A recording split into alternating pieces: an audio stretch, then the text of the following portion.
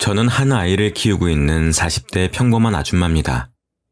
다른 나라에는 시집살이가 잘 없다고 하는데 왜 이렇게 우리나라에서만 심한지 아직도 잘 모르겠어요.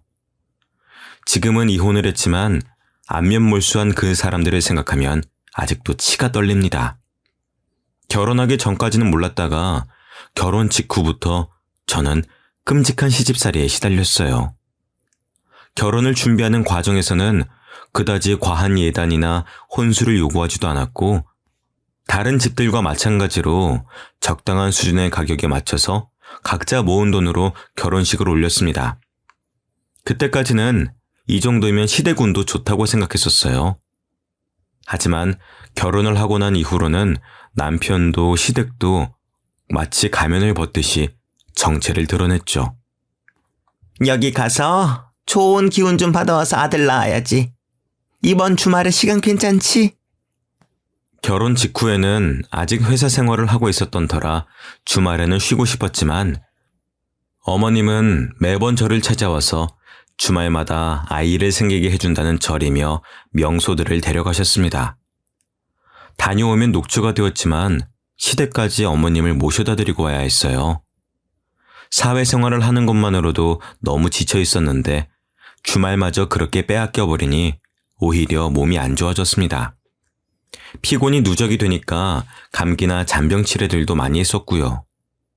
그런데 어머님은 그런 저를 보고서 차라리 회사를 그만두고 집에서 몸을 챙기면서 아이를 가지는 게 어떻냐고 하셨습니다.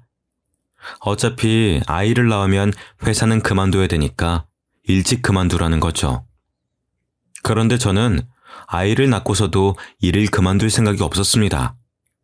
맞벌이를 해도 아이를 부족하지 않게 키우는 게 될까 말까인데 남편 혼자 벌어오는 돈으로는 빠듯해도 너무 빠듯할 게 눈에 선했거든요.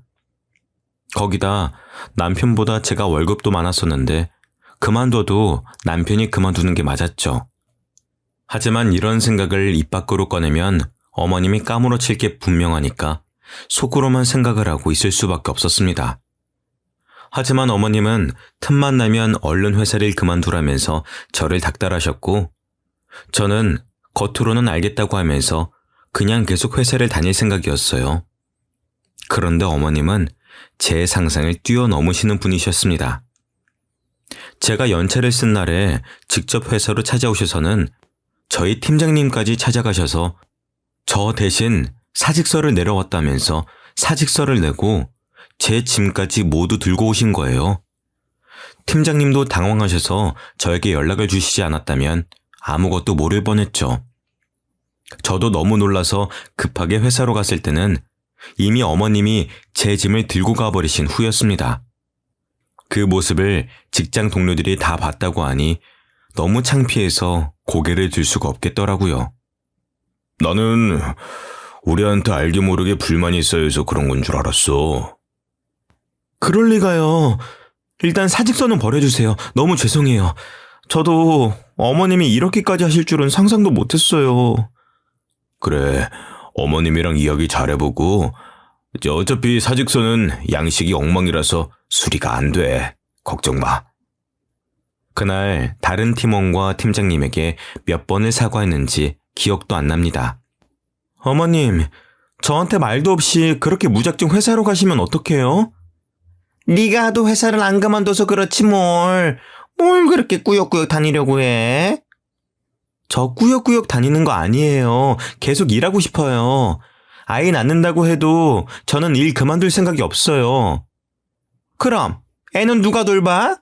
엄마가 이렇게 무책임해서 되겠어? 물론 저도 아이 낳으면 육아휴직도 쓸 거예요.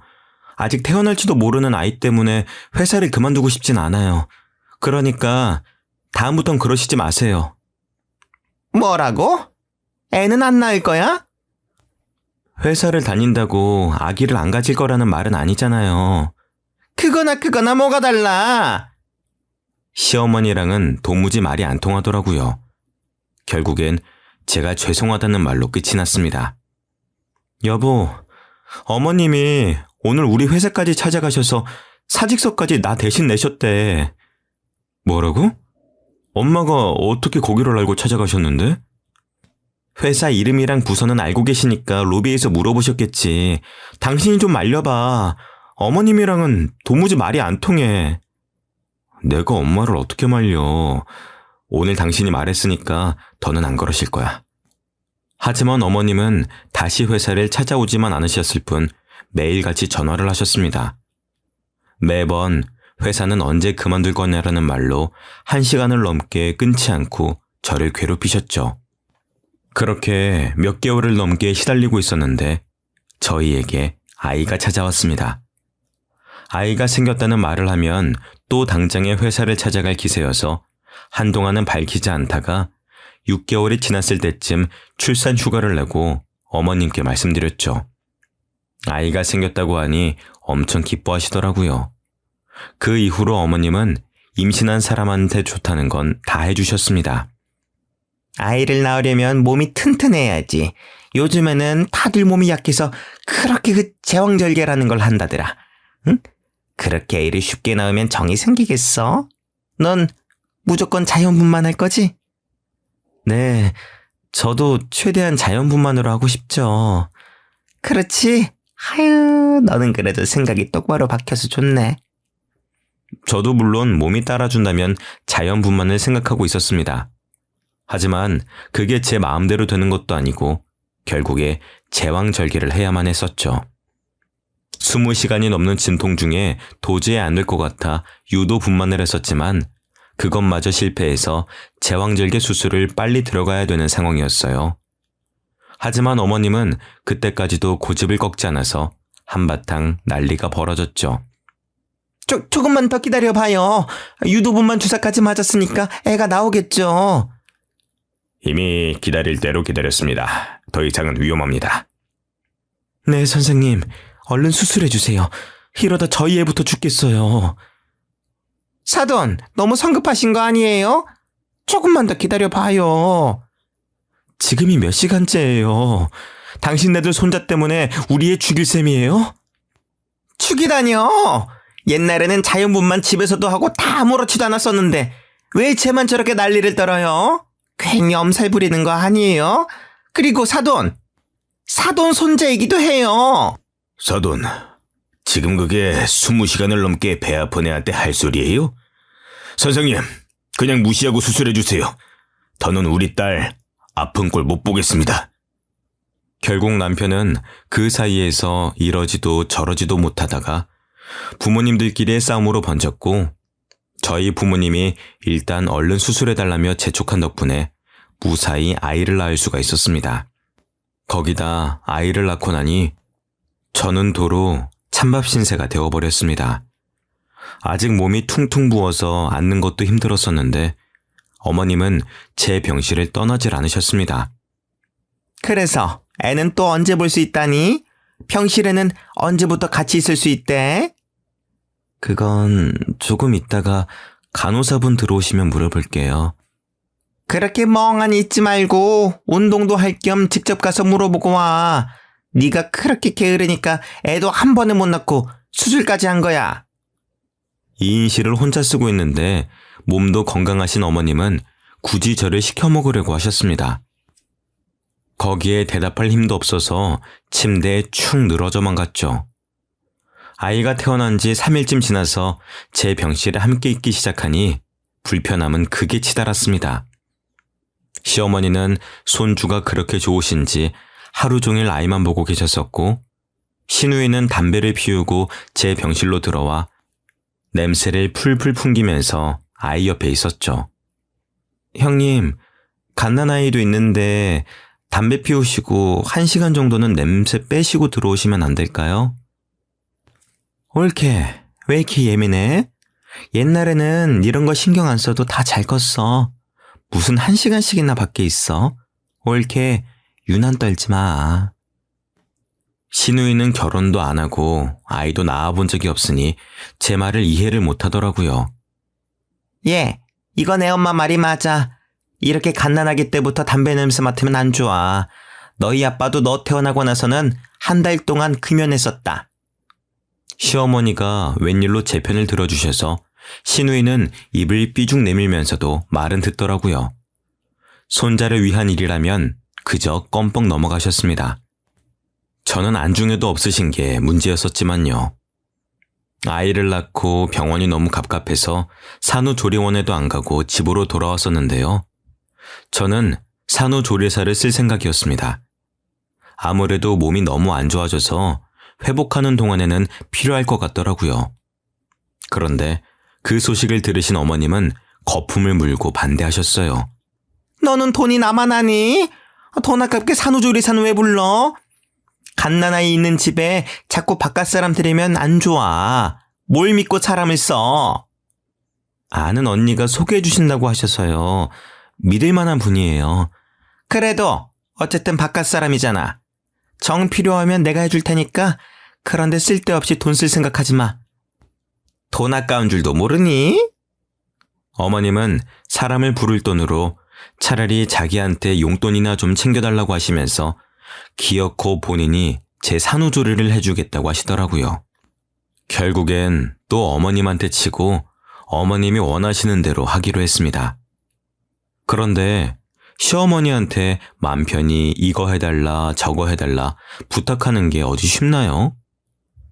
빨래도 마음대로 돌리시고 옷은 다 상해서 엉망이 되어버렸지만 뭐라 하기도 애매했습니다. 아이를 낳고 나니 손발이 너무 차가워져서 찜질팩을 달고 살아야 했었는데 어머님은 무슨 유난을 떠냐면서 이러쿵 저러쿵 저에게 핀잔만 잔뜩 늘어놓으셨습니다. 그렇게 아무것도 안 하고 누워만 있으니까 그런 거야.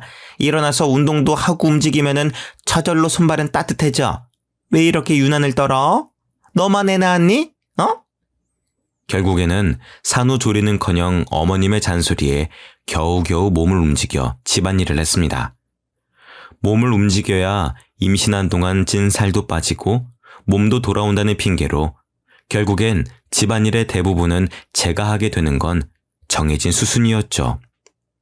거기다가 남자는 집안일을 하는 게 아니라며 남편은 집안일에 손도 못 대게 했었고 남편이 퇴근하고 나면 어머님은 오늘 일을 너무 많이 해서 삭신이 쑤신다더니 혼자서 집안일을 다 한 것처럼 말씀을 하신 덕에 남편과 싸움도 났었습니다. 당신 아무리 그래도 당신 시어머니인데 대체 뭘 얼마나 부려먹길래 퇴근하고 올 때마다 엄마가 저렇게 지쳐있어. 당신도 조금은 도와야지. 내가 뭘 그렇게 부려먹어. 당신이 봤어? 빨래도 밥도 청소도 다 내가 하는데 어머님이 부려먹기는 뭘 부려먹는다는 거야? 어머님은 그냥 손주 보러 오시는 것뿐이야. 당신은 도와주러 오신 분한테 꼭 그런 식으로 말을 해야 되겠어? 오신 김에 손주도 보시는 거겠지. 과장해서 말하지 마. 엄마 힘든 거 뻔히 보이는데 왜 거짓말을 해? 남편은 제가 힘들어서 살이 쪽쪽 빠지는 건 안 보이는지 어머님 편만 들고 있더라고요. 결국엔 몇 번의 싸움 끝에 산후조리사도 어머님도 안 부르는 걸로 합의했습니다. 그런데 산후조리를 제대로 못하니까 손목이며 골반뼈까지 너무 아프더라고요. 그런 와중에 아이는 봐야 하니 제대로 잠도 못 자고 먹는 것도 먹는 둥 마는 둥이었어요. 시간이 갈수록 몸이 망가지는 게 느껴지더라고요. 결국엔 복직을 해야 될 때까지도 몸은 몸대로 망가져서 회복도 못하고 아이를 맡길 곳도 없어서 회사도 그만두고 집에서 프리랜서로 간간히 일하면서 아이를 돌봤습니다. 집안에서 담배를 뻑뻑 피워대는 시누이가 있는 시댁에 아이를 맡길 수도 없는 노릇이었어요. 남편에게 육아휴직을 내라고 하고 싶었지만 회사가 작으니 그런 휴가도 쓰는데 눈치를 주더라고요. 결국엔 남편이 돈을 벌고 저는 강제로 주부가 되어버렸습니다. 남편 혼자 회사에 다니기 시작하면서 저는 혼자 독박 육아를 해야 됐어요. 복직을 할 예정일 때와 돌아갈 곳이 사라지고 나니 남편의 태도가 완전히 바뀌더라고요. 당신은 집에서 살림만 하면서 집 반찬이 이게 뭐야? 나도 애 보느라 정신없어. 이 정도 반찬이라도 해놓은 게 다행인 줄 알아. 아무리 그래도 너무하잖아. 아니면 엄마한테 반찬이라도 조금 얻어오든가. 아니면 장모님은 이런 거 안 도와주신대? 일도 안 하시잖아. 당신, 내가 시어머니 부려먹는다고 뭐라 할 땐 언제고 왜 우리 엄마는 부려먹으려고 해? 당신 입에 들어갈 반찬을 우리 엄마가 당신 뭐가 예쁘다고 해다가 바치겠어? 말이 그렇다는 거지. 안 그러면 당신이 신경을 더 써주든가. 뭐가 그렇게 불만이 많은지 제가 뭘 하든 불만이 튀어나오기 바빴습니다. 전업주부로 사는 동안 남편이 저를 무시하는 말에 오기가 생겨서 어떻게든 다시 복직해서 그런 소리가 쏙 들어가게 해주고 싶었죠.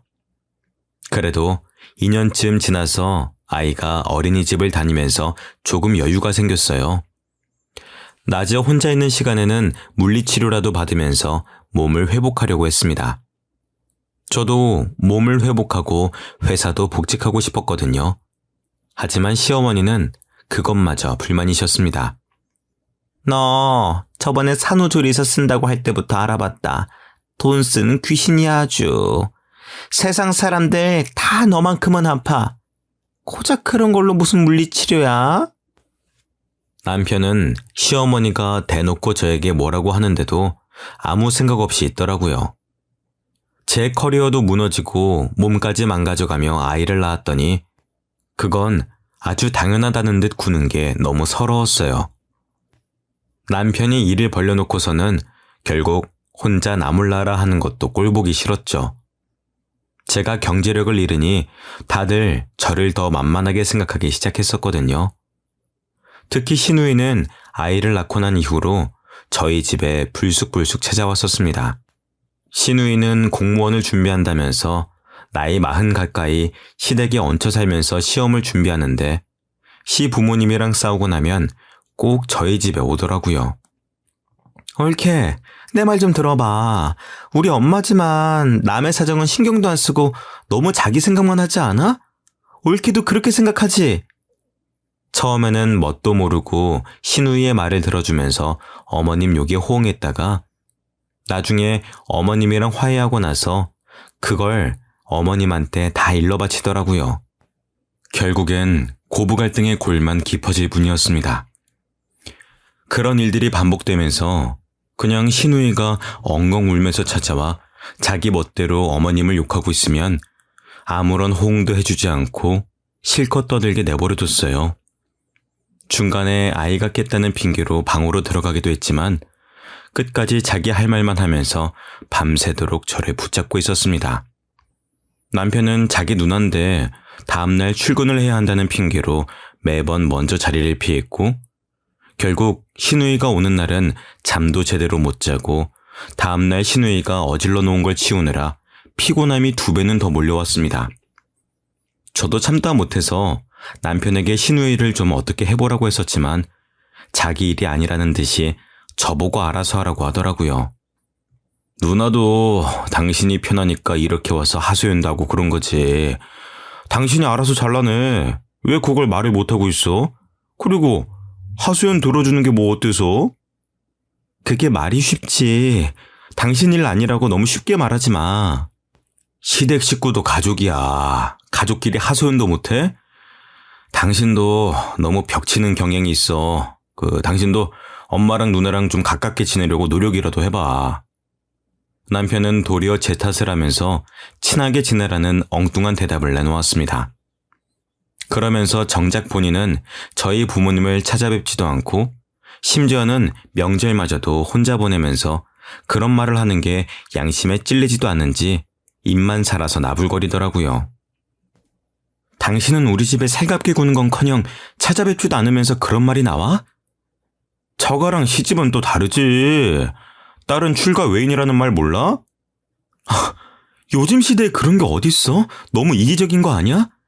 당신도 이번 명절에는 나랑 같이 친정 가든가. 왜 또 그렇게 예민하게 받아들여. 됐어. 그만 말하자. 남편은 괜히 불리해지니까 말을 끊어버리더라고요.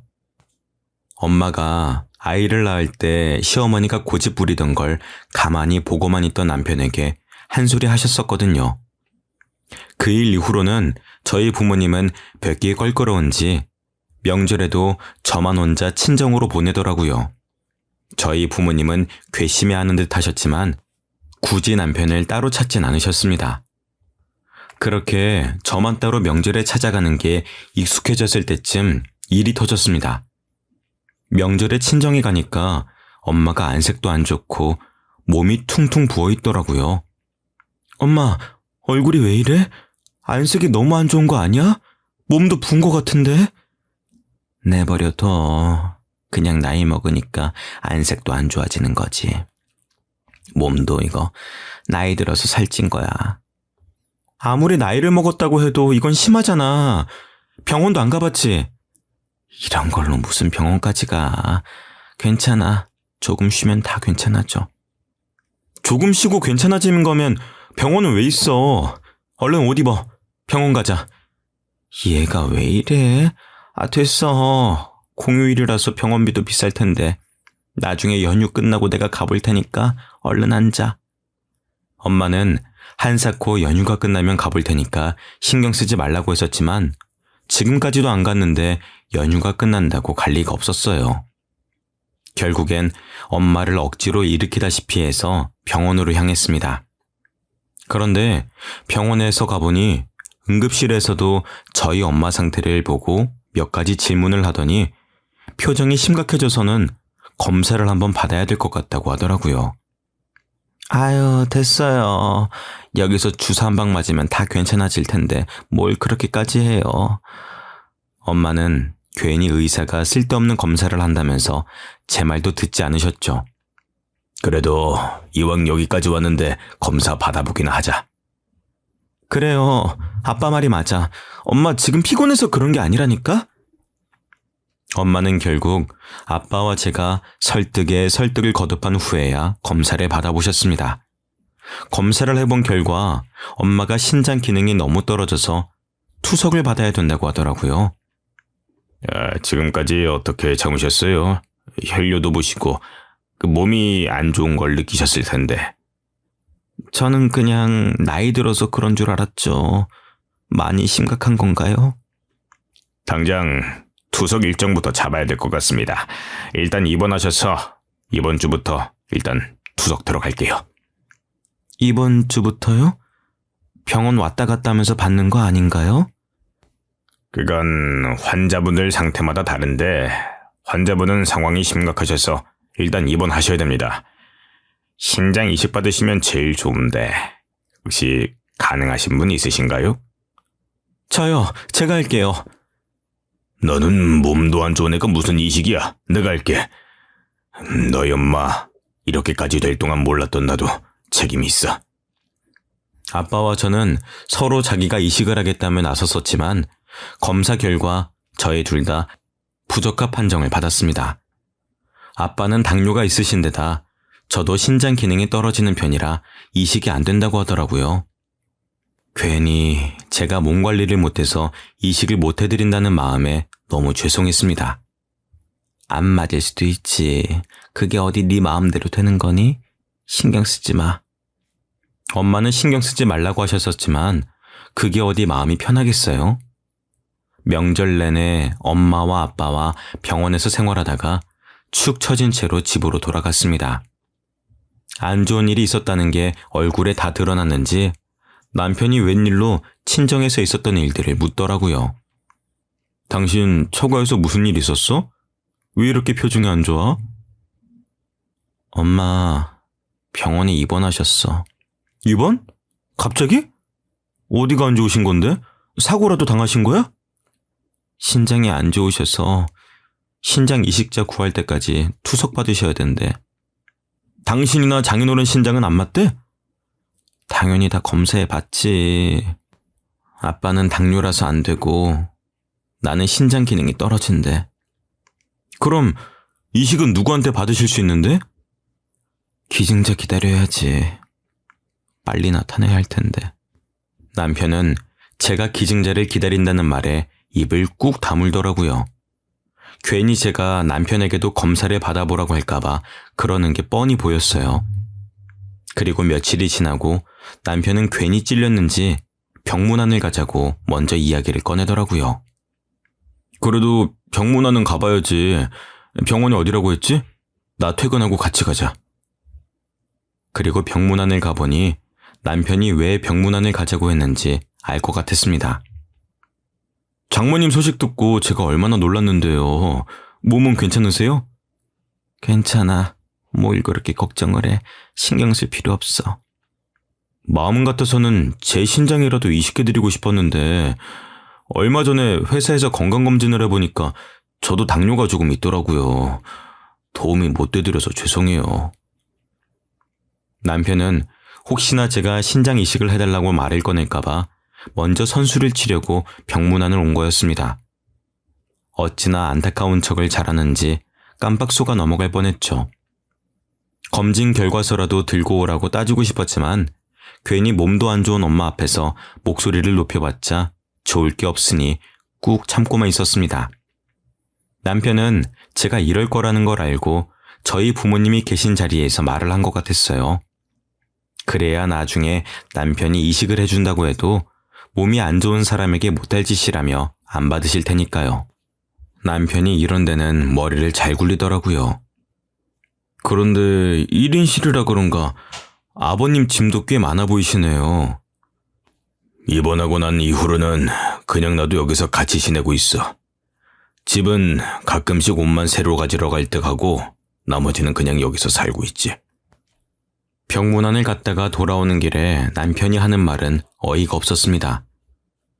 근데 장인어른하고 장모님 두 분 일도 안 하시는데 1인실 비용은 어떻게 감당하시려고 저렇게 대책도 없이 떡하니 잡아놓으신 거야? 미리 말하는데 난 병원비 못 보태드려. 남편은 혹시나 자기에게 도움을 청할까봐 걱정이 됐었는지 미리 차단을 해버리더라고요. 어처구니가 없었습니다. 저희 부모님이 일을 안 하시긴 했지만 살고 있는 빌라 건물주이시거든요. 그 빌라 말고도 다른 건물 2개가 더 있으시고요. 젊은 시절에 악착같이 모아서 저 다 키워놓으시고 재테크 하시던 게 대박이 나셔서 그제서야 건물도 몇 채 사놓고 겨우 노후 자금을 모으시기 시작하신 정도였어요. 그러니 돈을 안 쓰시는 게 습관이 되셔서 병원에도 안 가려고 하시고 겉보기로만 봐서는 건물주라는 걸 모를 정도였거든요.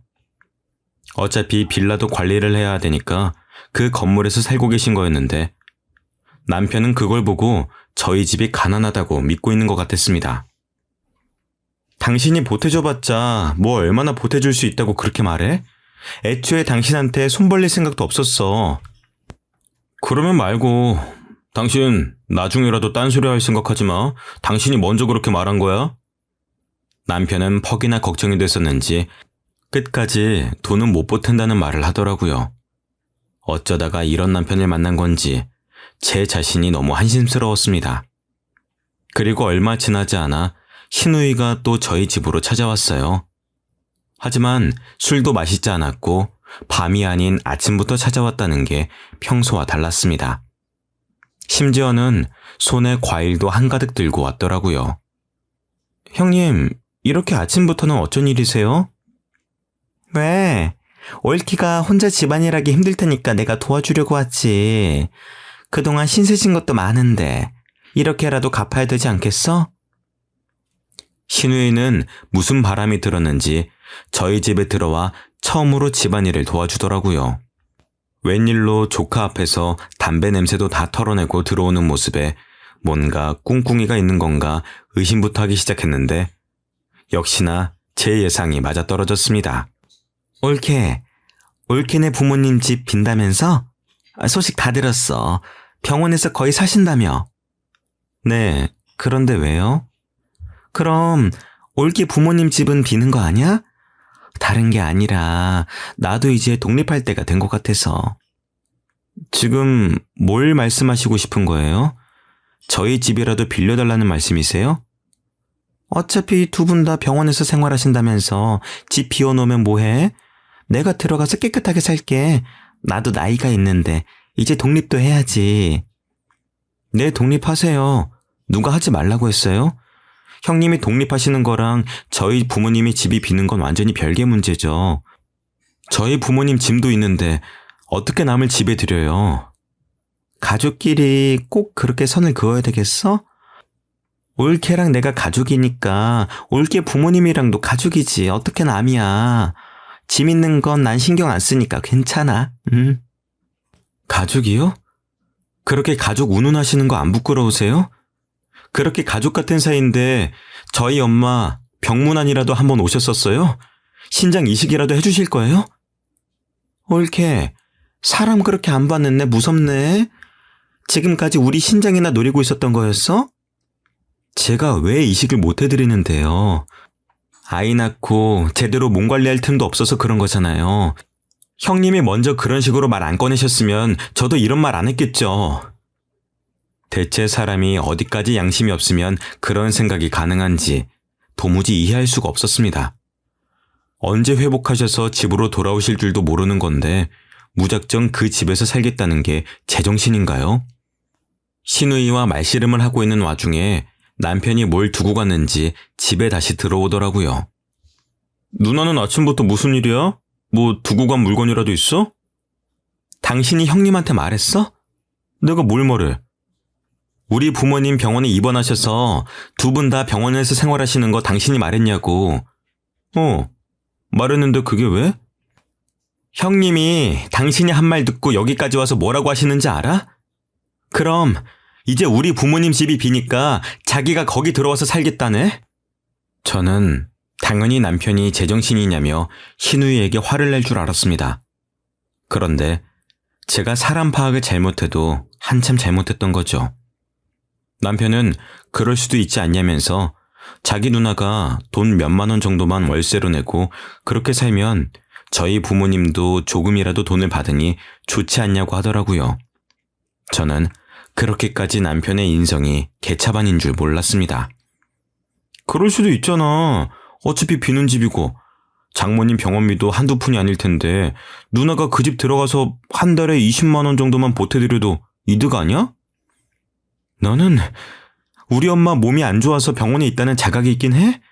거기 부모님 짐도 있고 언제 이식받아서 퇴원하실지도 모르는데 어떻게 거길 들어가서 살아? 솔직히 기증제 찾는 일이 그렇게 쉬운 일도 아니고 얼마나 오래 걸릴지도 모르잖아. 이런 식으로라도 내가 병원비를 보태주겠다는데 그것도 싫어? 그럼 말아. 난 병원비 안 보태. 누가 병원비 보태달래? 당신이 주는 푼돈 우리도 필요 없어. 누가 누구를 거지로 보는 거야? 당신 주제 파악이나 해. 형님, 독립이 그렇게 하고 싶으시면 여기서 살아요. 저는 더는 이 남자랑 못 살 것 같더라고요. 시누이에게 정독립을 하고 싶으면 저희 집에서 살라고 하고서는 그대로 짐을 싸서 저희 부모님 집으로 제가 들어왔습니다. 그동안 간병 때문에 아버지가 관리 못하시던 건물을 제가 대신하고 있었거든요. 내친 김에 그냥 제가 그 집에서 살면서 관리하기로 마음을 먹었습니다. 그게 훨씬 편하니까요. 그렇게 집을 나온 후 시어머니에게는 또 전화가 끊이질 않았어요. 너는 애가 왜 이렇게 모난 구석이 많아? 그냥 넘어갈 일도 꼭 선을 그으면서 너 하고 싶은 대로 고집을 부려야 마음이 편해? 왜 이렇게 애가 이기적이야? 어머니, 대체 누가 이기적이라는 건데요? 그렇게 가족 같은 사이라고 하시면서 병문안 한 번 안 온 사람이 뻔뻔하게 집을 달라고 하는데 그걸 참아드려야 하는 거예요? 그게 그렇게 어려운 부탁이야? 그냥 사돈 퇴원하실 때까지 빌려주는 게 뭐 그리 어려운 일이라고 일을 이렇게 복잡하게 만들어? 집 나가면 끝이야! 집 나가면 끝인 게 아니라 끝이라서 집을 나온 거예요. 저는 이제 더 같이 살 마음 없어요. 이제 가족이 아니니까 집도 당연히 안 빌려줄 거고요. 부부 사이에 끝이 그렇게 쉽니? 너희 부모 닮아서 너도 생각이 없기는 마찬가지네. 돈이 없으면 눈치라도 있어야지. 너 이혼해도 위자료는 한 푼도 못 줘. 위자료요? 그깟 푼돈 저도 필요 없어요. 그리고 저희 부모님이 생각이 뭐가 없는데요? 돈도 없으면서 병원 1인실을 쓰는 게 생각이 있는 사람이니? 그러면서 나중에 돈 빌려달라고 할 게 뻔하지 뭐. 쓸데없는 걱정하지 마세요. 저희 집에 차고 넘쳐나는 게 돈인데 남편 도움은 필요 없어요. 돈 빌려달라고 하지 않을까 걱정하던 건 저희 부모님이었다고요. 시어머니와의 전화를 끊고 얼마 지나지 않아 남편이 찾아왔습니다. 당신 정말 이런 일로 이혼하겠다는 거야? 당신 이혼이 그렇게 쉬워? 우리 애는 어떡하고? 안 쉬우니까 지금까지 참아준 거야. 당신 같은 사람 손에 애를 어떻게 맡겨? 당신 이런 식으로 나오면 위자료고 양육비고 한 푼도 못 받을 줄 알아? 당신이 위자료든 양육비든 줘봤자 얼마나 준다고 유세를 부려? 제 말에 남편은 자기가 예상한 반응과 다르게 나오자 당황한 것처럼 보였습니다. 당장 이혼 서류에 사인해. 나는 다 해놨으니까 당신만 사인하면 돼. 남편은 아무렇지 않은 척하며 보란듯이 제 눈앞에서 서류에 사인을 해버리더라고요. 그렇게 저와 남편은 이혼을 하고 법원을 나서는 길에 아빠가 저를 데리러 오셨습니다. 엄마가 아픈 후로 아빠는 엄마가 퇴원하면 여기저기 함께 다니실 거라고 비싼 외제차를 뽑아서 운전 연습 겸 시내 곳곳을 돌아다니셨었거든요. 남편은 아빠가 외제차를 몰고 나타나는 걸 보고 어안이 벙벙해 하면서 저를 붙잡더라고요. 장인어른이 어떻게 외제차까지 사고 다니시는 거야? 내가 말했잖아. 당신이 주는 푼돈은 필요 없다고. 부모님이 사는 그 빌라 전체가 아빠 명이야. 그거 말고도 건물이 더 있는데 당신은 그것도 모르고 누가 누굴 걱정한 건지. 다시는 우리 눈앞에 띄지 말게. 못난 사위도 사위라고 마음에 안 들어도 다 참아주고 있었더니 정도껏 해야지. 장인어른, 건물 가지고 있으셨다는 것 정말입니까? 왜? 이제서야 우리 재산을 들으니까 후회가 되나? 이미 기회는 지나갔어.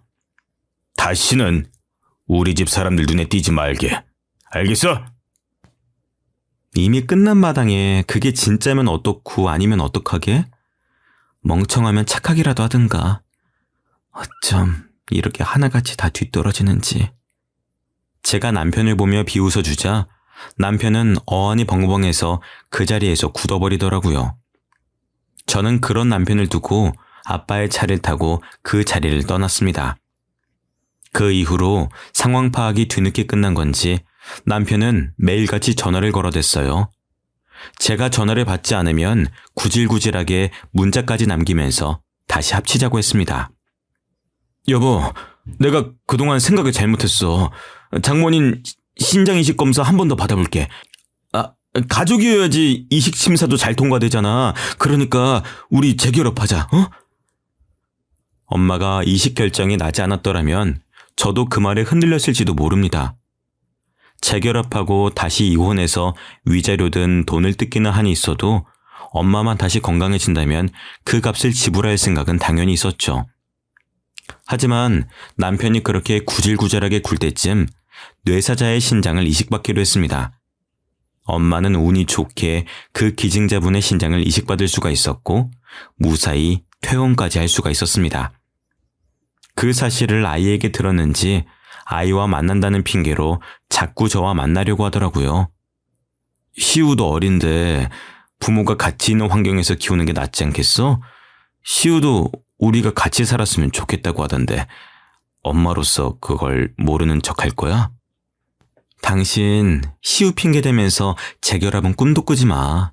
자꾸 그러면 시우도 못 만나게 할 거야. 어떻게 그렇게 매사에 매정하게 말을 할 수가 있어? 너는 애가 불쌍하지도 않아? 너 같은 아빠는 필요 없어. 너 이혼하기 전까지 애랑 같이 시간을 보낸 적이 있긴 해? 그동안 일한다는 핑계로 주말에도 잠만 자고 아이랑 말도 잘 안 했으면서 아빠 자격도 없어 넌.